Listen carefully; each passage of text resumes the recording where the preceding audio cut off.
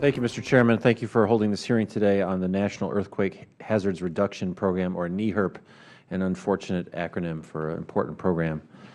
I want to thank the witnesses on both panels for being here today. Though infrequent, earthquakes are unique among natural hazards in that they strike without warning. While areas like my home state of California, in addition to Oregon, Washington, and Alaska, are the most well-known for earthquakes, earthquakes are not a hazard confined to the West Coast.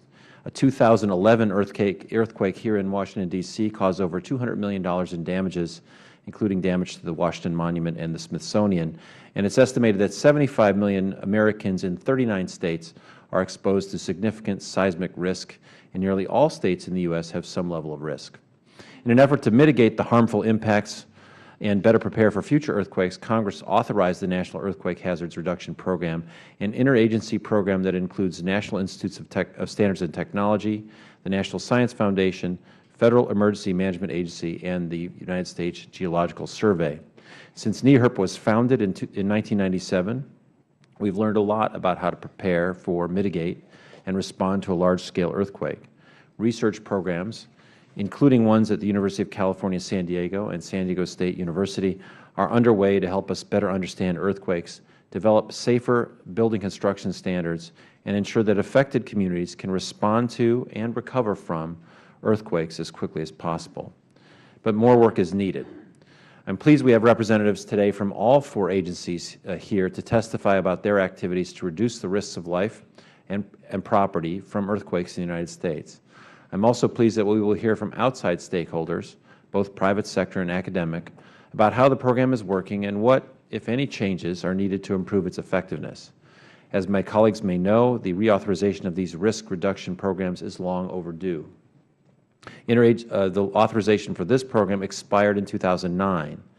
Interagency programs like these improve our understanding of earthquakes and then turn that knowledge into mitigation and outreach activities that will save lives and reduce economic damages.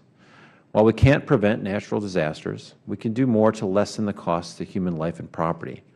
Over the last 2 years, the Federal Government has spent more than $136 billion, much of it off budget, on relief for hurricanes, tornadoes, droughts, wildfires, and other extreme weather events. It's time that the government stops working in a reactive way to natural disasters and instead gets to work efficiently to get ahead of the issue and to help states and localities find the best steps to prepare, plan for, and recover more quickly from these events. We know that for every dollar spent now on resiliency, we can avoid at least $4 in future losses. It makes more sense to approach this by thinking how we can make our communities better prepared. If we are focused on reducing spending, let's do it in a way that saves us in the long run. Mr. Chairman, our goals are the same: to decrease the vulnerability of communities across the country, including mine in San Diego. I look forward to working with my colleagues on both sides of the aisle on a bipartisan bill that would reauthorize the Earthquake Hazards Reduction Program, and welcome any comments from the witnesses today about changes and updates that should be made to the authorization language. Thank you, Mr. Chairman, for holding the hearing, and I look forward to hearing the testimony, and I yield back the balance of my time.